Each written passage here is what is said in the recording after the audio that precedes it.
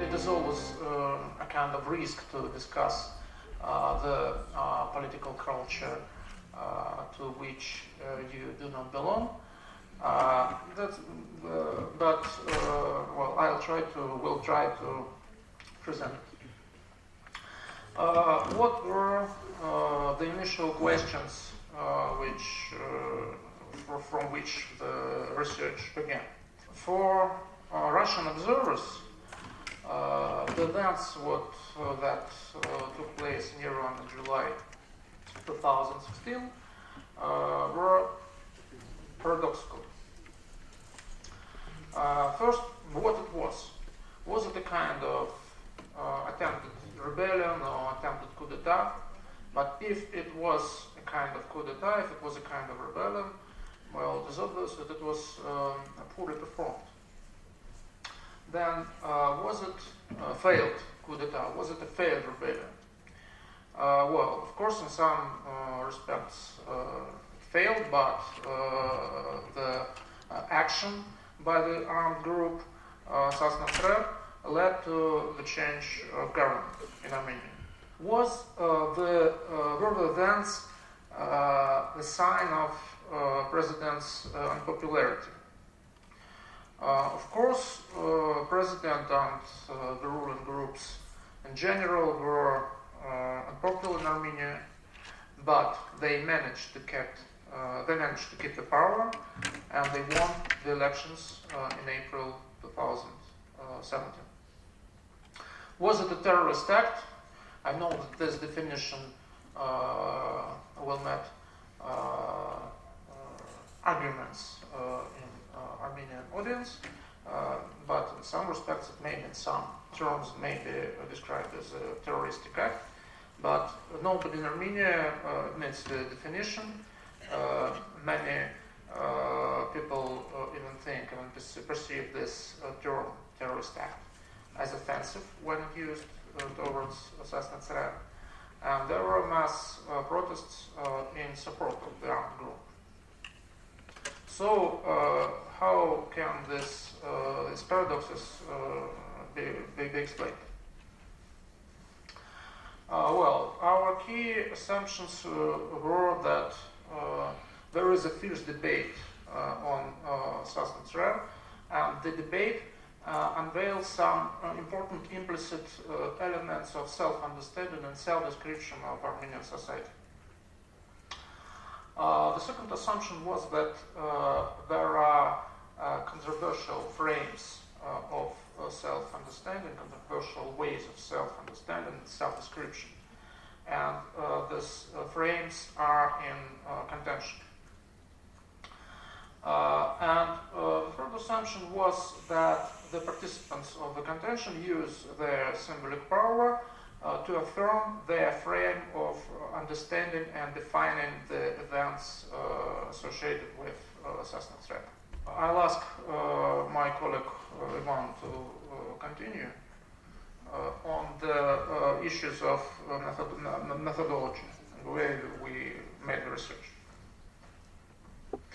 Well, before I present our methodology, I would like to say a little bit about the questions we posed in our research. The way we see it, there are 4 questions that were interesting in this situation. The first one is what positions dominated the public discourse when it came to the discussions about Sasnasrer at that time in the summer 2016. Second question was what are the worldviews, what are the interpretative frames that produced those positions. Third question was about what are the speakers, what are the political actors who were behind those strategies, behind those positions. And the fourth one was what was the logic of that structured those coalitions behind each of those strategies of representing Sasnasrer. Our research was based on data taken from Armenian media You can see the list of 9 websites, the mass media websites, and we used Russian versions of those sites in order to collect our, it was about 1,471 news messages and comments from the media, and that were selected based on just the mentioning of Sasnatcher. And after that, we extracted about 300 of messages that included some direct speech of some speakers speaking about Sasnatcher. And to analyze those texts, we developed a kind of synthetic methodological framework that was based on some pieces from discourse historical approach and some elements of social network mapping. And we used this system of automatic social network analysis, social network mapping that is called semantic archive.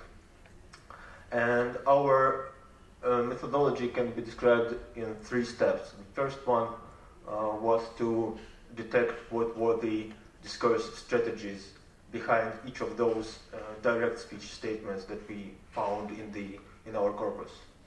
The second step was about the quantitative assessment of what were the dominating strategies. And the third step was to map these coalitions, these groups of speakers behind each of those strategies.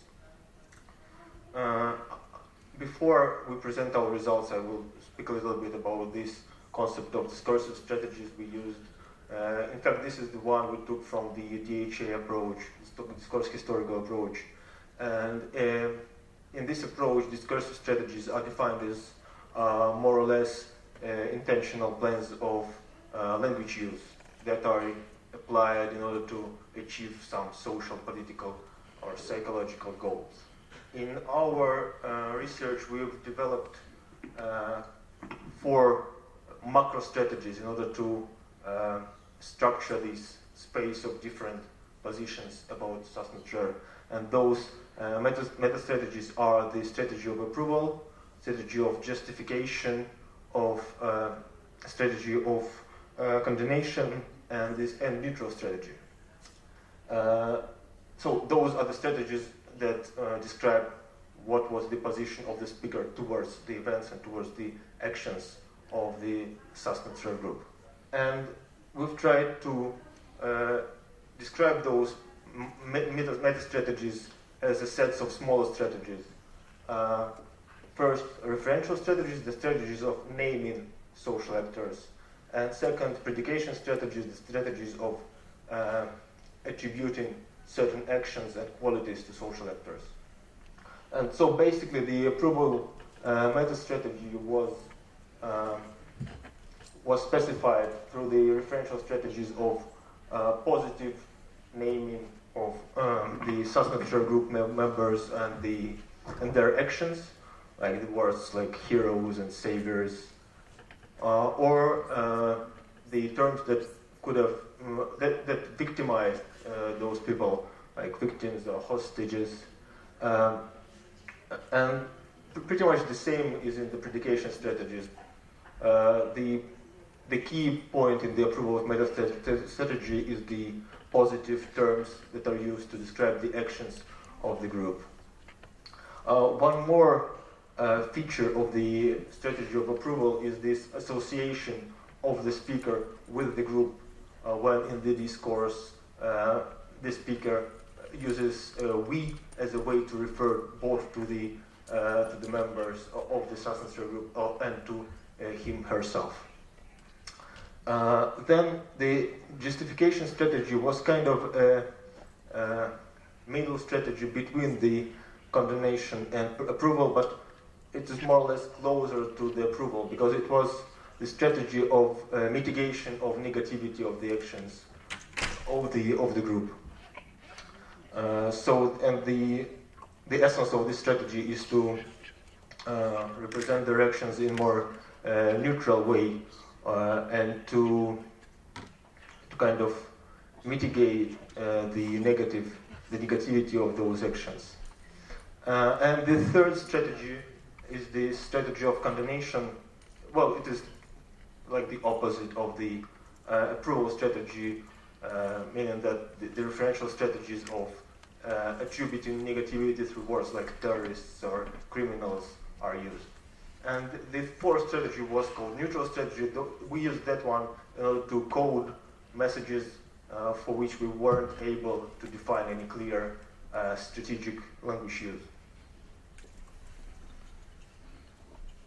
Well, our next step was to simply to count the messages that used each of those four strategies, and here are the results. So basically we can see that the approval strategy dominated the media discourse, and the second one is the justification strategy, and the least popular, the least dominating one is the condemnation strategy.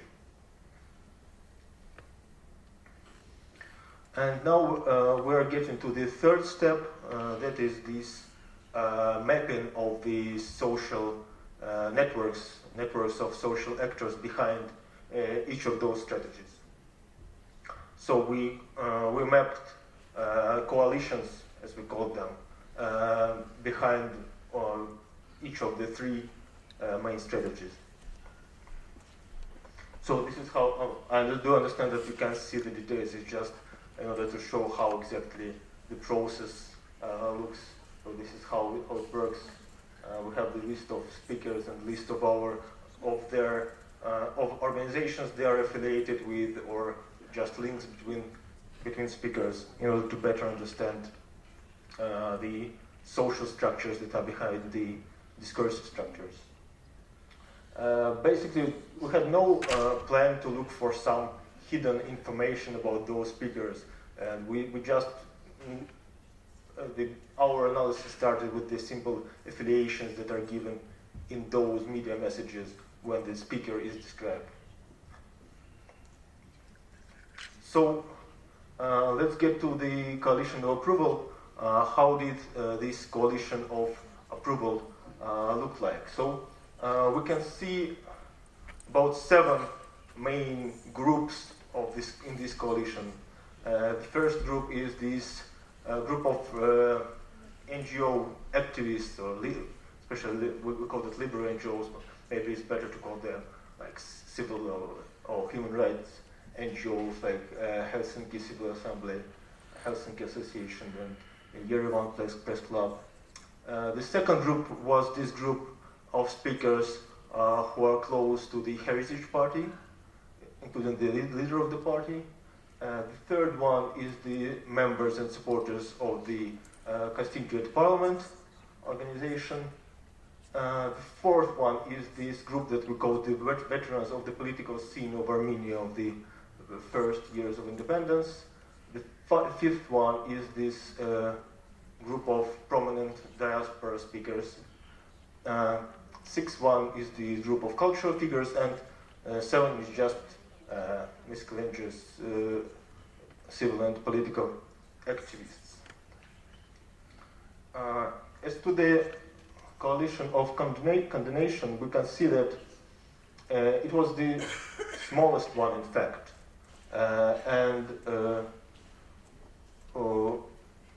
so it was not only that the number of messages of this strategy was the smallest one. It's also that the number of speakers behind this strategy was also the smallest one. The only people who kind of overtly condemned the actions of the group were the representatives of the ruling elite, like the President Serge Sargsyan, the Republican Party officials, or the government officials. The second group we can see is these speakers like Levon Ter-Petrosyan and the officials of Armenian National Congress.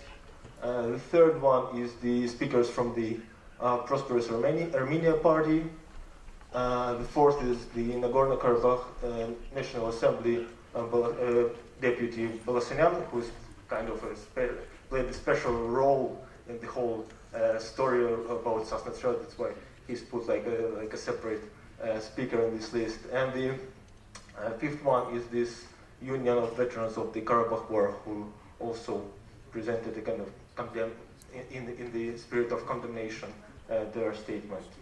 So we can see that this coalition is limited to these officials, and only three political parties are represented there. And now the last coalition I want to comment on is this coalition of justification.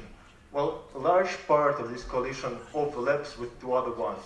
Well, it could have been expected because it's kind of in the middle between two extremes.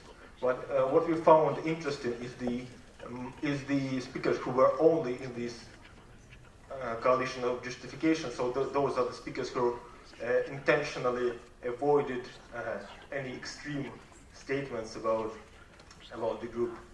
And for example, the official Dashnak statement was put in this strategy. Maybe it can be described, was defined by the fact that this party was the member of the ruling coalition at that time. So probably their ability to support the group was quite limited. That's why their statements were in the framework of this justification coalition. And we also have three officials, two foreign officials who are two former foreign ministers of Armenia, and also the head of the National Security Service. And as I said, the rest of the speakers are more or less overlap with the condemnation and approval coalitions. I think Nikolai will comment on the conclusions.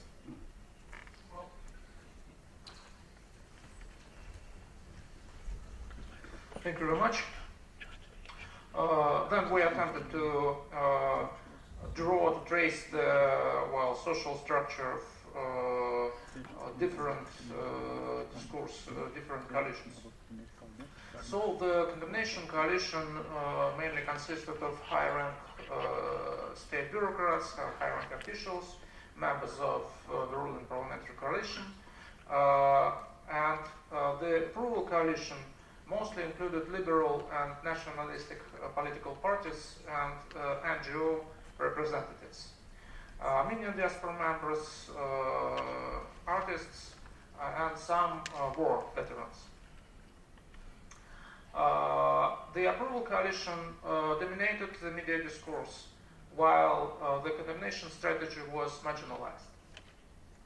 In terms of Roger Brubaker, the interpretative battle for the denomination and definition of the armed group actions was lost by the ruling Armenian elites. So what we may conclude from this material? The first is that two competing frames clashed in the discourse of Sasnatsyar. One of them may be defined as the statist frame, and it was connected with condemnation strategy. And another is the counter-statist frame, and it was connected to the strategy of approval. These two frames directly correspond to the two types of nationalist doctrine and movements outlined by Brubaker: the state-framed and the counter-state ones. This Brubaker's idea is based on his when he argues the well-known definition of nationalism as or ethnic, or either ethnic, either civil one, and he proves that this definition, this difference is not analytically sufficient. He proposes this the other way to look on nationalism, different nationalism, the state framed and the counter-state. And what is interesting, what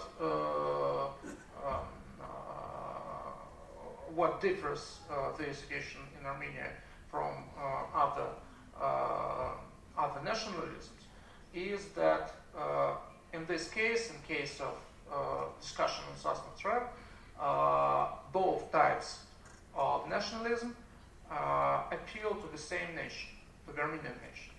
Benedict Anderson noticed that nationalism has ambivalent nature. It can be both a revolutionary force and stabilizing force. But what is interesting is that in the Armenian case, this ambivalence is accompanied by a specific constellation of different types of capital. We use this term by the analysis of the discourse of Sasnatrev shows that those who held political and economic capital failed to convert it into symbolic capital because of the weakness of the status framed on nation. At the same time, the symbolic capital holders who positioned themselves discursively through the counter-status frame were deprived of political and economic capital.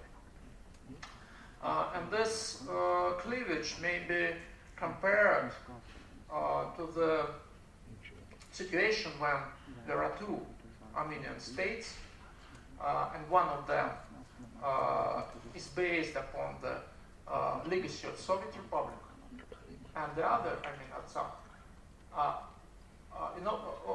undermines the legacy of the Soviet legacy. So we have, and it may be compared to these two types, two frames, two frames of nationalism. Of course, after the April and May 2018, we should ask some questions to the material we have. First of all, is what was the structure? What is the structure of the coalition that won in April and in May? How is it different from the coalition of Sasnatrev-Aprurus? And how does the clash of statist and counter-statist nationalism influence the current politics in Armenia? And can we be sure that the difference, the cleavage between these two nationalisms is still existing? Thank you very much. And this is the link to the to our paper on this issue, on this research.